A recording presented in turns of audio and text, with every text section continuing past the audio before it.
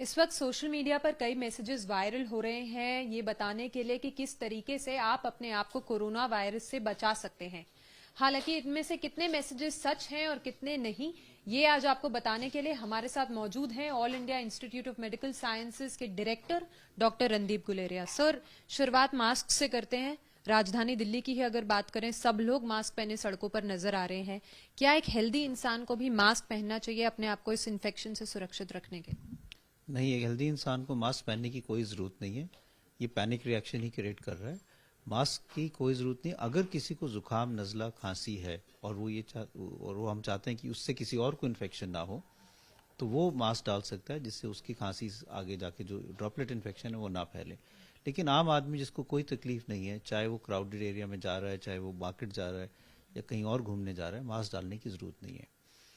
और दूसरा जो है N95 मास्क, जो कई लोग कहते हैं कि उनको N95 मास्क चाहिए। N95 मास्क जो है वो एक तो बहुत देर के लिए डालने के लिए उसकी वो मुश्किल होता है, बड़ा टाइट सा मास्क है, it causes difficulty in breathing.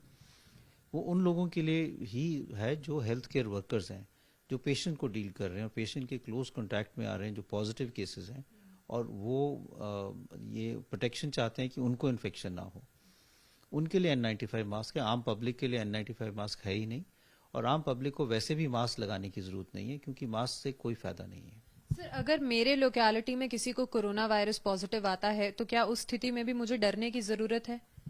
बिल्कुल नहीं। आपको ये समझना चाहिए कि कोरोना वायरस एक ड्रॉपलेट इन्फेक्शन है, और वो खांसने से या किसी सरफेस पे अगर वायरस रह जाए तो उससे होता है। लेकिन अगर कोई खांसता है तो जो वायरस है वो सिर्फ 2 मीटर की डिस्टेंस तक ही जा पाता है, उससे कम ही जाता है। तो अगर आपकी लोकेलिटी में है, तो आप अगर 2 मीटर दूर हैं किसी से, तो आपको वायरस का इन्फेक्शन नहीं हो सकता, क्योंकि इतना दूर वायरस ट्रैवल ही नहीं कर सकता। तो इसलिए आपको घबराने की ज़रूरत नहीं कि अगर आपका कोई, आपकी लोकेलिटी में भी कोई केस है या आपके पास कोई हॉस्पिटल है जहाँ पे वो पेशेंट ट्रीट हो रहे हैं, तो उससे आपके लोकेलिटी या आपके घर के अंदर वायरस नहीं आ सकता। सर, कई तरह के मैसेजेस आ रहे हैं, व्हाट्सएप फॉरवर्ड्स तो बहुत ज्यादा। एक ऐसा था कि अगर आप अल्कोहल कंज्यूम करेंगे तो ये वायरस मर सकता है। अगर आप नॉनवेज नहीं खाएंगे तो ये वायरस आपको नहीं होगा।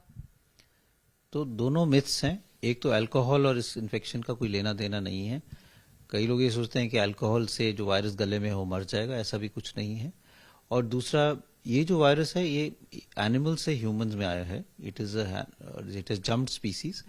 लेकिन अब ये एक ह्यूमन वायरस है। इसका स्प्रेड ह्यूमन टू ह्यूमन होता है, एनिमल से स्प्रेड नहीं है, और एक इंसान से दूसरे इंसान में ही ये फैलता है। इसलिए नॉन वेज खाने से वायरस का इन्फेक्शन होने के चांसेस नहीं है। ये बात सही है कि जो नॉन वेज फूड हम खाएं तो प्रॉपरली कुक्ड हो, पर वो और इन्फेक्शंस के प्रोटेक्शन के लिए भी है। इस वायरस का, जो कोरोना वायरस है, इसका नॉन वेज फूड से कोई लेना देना नहीं है अब। सर, कहा जाता है कि ये वायरस क्योंकि तापमान जब बढ़ता है तो मर जाता है, तो कई लोग ऐसा भी कह रहे हैं कि गर्म पानी पीते रहिए तो ये आपको कोरोना वायरस नहीं होगा। ये बात भी सही नहीं है, क्योंकि अगर हम टेम्परेचर की बात करें तो ये वायरस गर्म कंट्री जैसे सिंगापुर है, which is a tropical country, वहाँ पर भी इसका आउटब्रेक हुआ है। और नॉर्थ, अगर हम ठंडे क्लाइमेट की बात करें तो इटली या साउथ कोरिया जो ठंड है, वहाँ पर भी इसके बहुत आउटब्रेक हुए हैं। तो डिफरेंट एरियाज में इन्फेक्शन हुआ है because of people coming in close contact. So temperature से इसका कुछ लेना देना नहीं है। सिमिलरली नमक के गरारे करने से, गर्म पानी लेने से भी इन्फेक्शन नहीं जाएगा। अगर इन्फेक्शन कंट्रोल मेजर्स हम नहीं करेंगे तो इन्फेक्शन के चांसेस बढ़ जाएंगे। तो सर, अगर तापमान से कोई लेना देना नहीं है तो अभी दिल्ली में जैसे बहुत बरसात हो रही है, तापमान नीचे आ गया है और डर था कि शायद अब कोरोना वायरस बढ़ने की संभावना है, ऐसा नहीं होगा? ऐसा नहीं है, अगर हम proper infection control measures use करें। ये बात हम कह सकते हैं कि जब ह्यूमिडिटी जो हो, ठंड हो, तो वायरस एनवायरनमेंट में ज़्यादा टाइम के लिए, कुछ ज़्यादा घंटे सर्वाइव कर सकता है। बहुत ज़्यादा गर्मी हो तो उसकी ट्रांसमिसिबिलिटी या सर्वाइवल के चांसेस थोड़े से कम हो जाते हैं, जब हीट ज़्यादा हो। लेकिन चाहे ठंड हो चाहे गर्मी हो, अगर हम अपना infection control measures, avoiding close contact, regular hand washing, ये हम अगर मेजर्स रेगुलरली करेंगे तो हम बच सकते हैं। सर, किसी भी तरह की वैक्सीन क्या कोरोना वायरस को लेकर आई है? क्योंकि एक मैसेज ऐसा भी है जो कह रहा है कि आयुष मिनिस्ट्री की तरफ से ही एक वैक्सीन, एक आर्सेनिक रिलीज किया गया है जिससे आप कोरोना वायरस से खुद को सुरक्षित रख सकते हैं।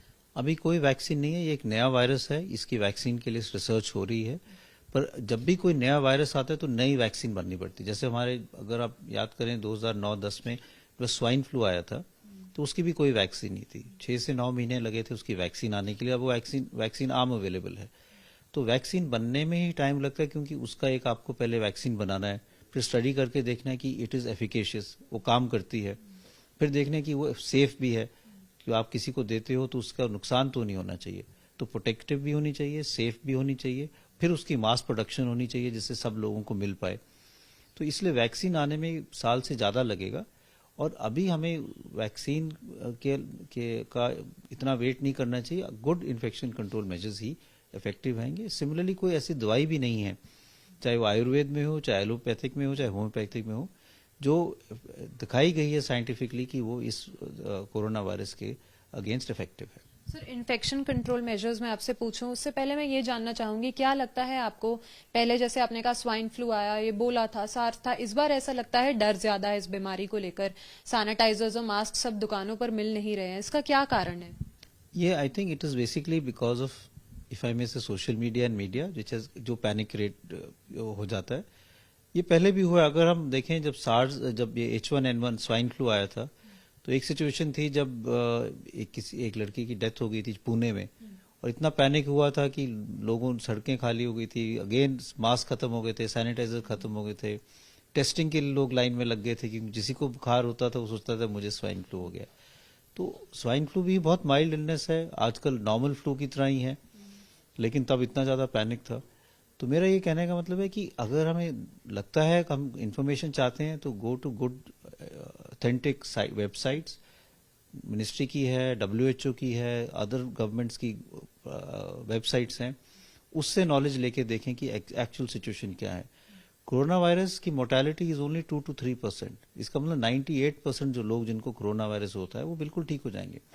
हमारे जो 3 केसेस थे केरल में, वो अब ठीक होके घर चले गए, उनको कुछ भी नहीं हुआ। तो ऐसा तो नहीं है कि कोई जानलेवा वायरस है। अगर हम चाइना का भी डेटा देखें, 80% से ज्यादा लोगों को माइल्ड इलनेस हुआ और वो बिल्कुल ठीक हो गए। 20% ठीक को ही थोड़ा सीवियर इलनेस हुआ था, जिसके लिए हॉस्पिटलाइजेशन की जरूरत पड़ी थी, और उनमें से भी only 15 to 20% needed ICU care. तो अगर हम पूरा डेटा को एनालाइज करें, it is not that severe illness, panic करने की कोई जरूरत नहीं है, लेकिन सतर्क रहने की जरूरत है, क्योंकि हम नहीं चाहते कि जैसे चाइना में हुआ कि बहुत ज्यादा केसेस एकदम आ गए, उस टाइप की सिचुएशन इंडिया में ना हो। सर, फिर एक बार बस हमारे दर्शकों के लिए अगर आप बता दें कि एग्जैक्टली ये वायरस फिर फैलता कैसे है और किस तरीके से लोग अपने आप को सुरक्षित रख सकते हैं। तो एक ड्रॉपलेट इन्फेक्शन है। अगर किसी को कोरोना वायरस है तो वायरस उसके गले में आ जाता है। जब वो खांसता है तो खांसने से वायरस हवा में आ जाता है, और वो 1-2 मीटर की दूरी तक रहता है, कुछ घंटे हवा में रह सकता है, और कोई और इंसान जब वो क्रॉस करता है तो वो अगर वो सांस अंदर लेता है तो वायरस उसके गले में आ सकता है, जिससे इन्फेक्शन हो सकती है, उसको कोरोना वायरस इन्फेक्शन हो सकती है। तो क्लोज कॉन्टैक्ट से ही होगा, अगर आप दूर हैं तो आपको नहीं होगा। दूसरा है, this virus can go on two surfaces. आपने खांसा, कुर्सी पे या टेबल पे वायरस आ गया तो वहां पे रह जाता है, और किसी और ने उसको टच किया तो उसके हाथ पे आ जाएगा, और हाथ से अगर उसने अपना नाक मुंह टच किया तो वो उनके सांस की नाली में इन्फेक्शन आ जाएगा। सिमिलरली किसी को वायरस है, वो अपना नाक टच कर रहा है तो वायरस उसके हाथ में आ गया, उसने दरवाजा टच किया तो उसके दरवाजे के नॉब पे आ गया, थोड़ी देर बाद कोई और आया, उसने भी दरवाजा खोला तो उसको भी उसके हाथ में आ गया, और वो इस तरह से स्प्रेड हो जाता है। इसलिए हैंड वॉशिंग भी बहुत जरूरी है कि हम अपने हाथ साफ रखें, जिससे हाथों के थ्रू हम वायरस को ट्रांसमिट ना करें या वो हमारे बॉडी में ना आए। चलिए, तो ये थे एम्स के डायरेक्टर कई अहम बातें बताते हुए, लेकिन सबसे अहम बात यह कि इस वक्त सोशल मीडिया पर आ रही इन्फॉर्मेशन पर आप विश्वास ना करें, सिर्फ ऑथेंटिक सोर्सेज पर ही विश्वास करें, और पैनिक की स्थिति नहीं है, डरने की जरूरत नहीं है, सारी सिचुएशन यहां पर इस वक्त अंडर कंट्रोल है। कैमरा पर्सन राकेश कुमार के साथ ईशा गुप्ता, आज तक।